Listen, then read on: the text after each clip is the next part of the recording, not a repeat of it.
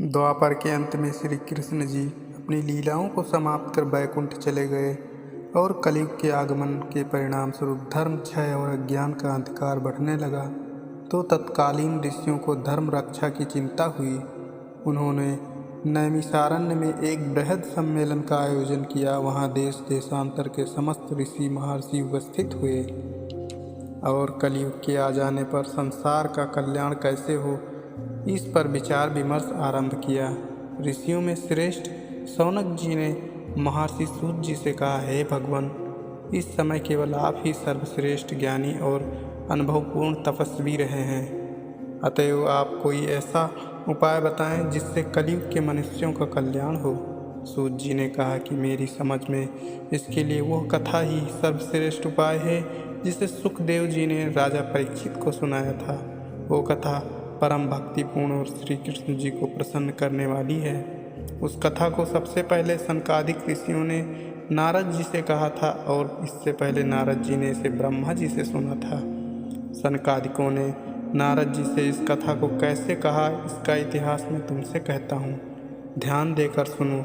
एक बार सनकादिक ऋषि विशाला नगरी में गए तो वहाँ देखा कि नारद जी अत्यंत चिंतित और उदास बैठे हुए हैं।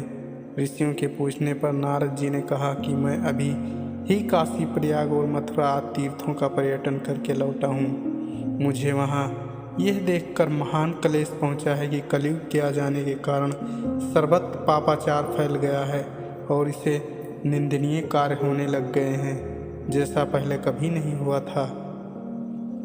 श्री कृष्ण भगवान की क्रीड़ा भूमि में मैंने एक तरुण स्त्री को अत्यंत दीन अवस्था में बैठे देखा, जिसके पास 2 मृतक मनुष्य पड़े थे और वह उनकी सेवा में तल्लीन थी। मेरे प्रश्न करने पर उस स्त्री ने बताया कि मैं तो भक्ति हूँ और ये दोनों मेरे पुत्र ज्ञान और वैराग्य हैं, जिन्हें कलयुग ने जर्जर करके मृत अवस्था में पहुँचा दिया है। मैं द्रविड़ देश में उत्पन्न हुई और कर्नाटक, महाराष्ट्र और गुजरात तक आते आते वृद्ध हो गई हूँ। यहाँ वृंदावन में आ जाने पर मैं तो पुनः तरुण अवस्था को प्राप्त हो गई, किंतु ये मेरे दोनों पुत्र ज्ञान वैराग मृतक हो रहे हैं।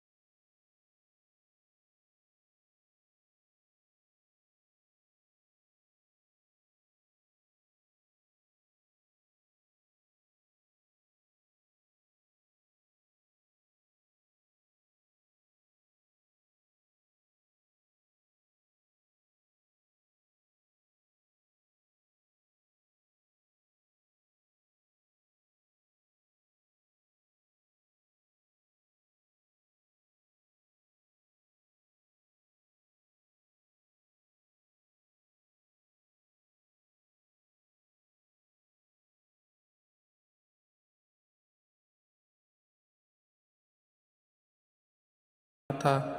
जब वेदों का विभाजन और गीता का प्रणयन कर चुकने के बाद भी उन्हें संतोष नहीं हुआ, तब उन्होंने भगवत की रचना की थी।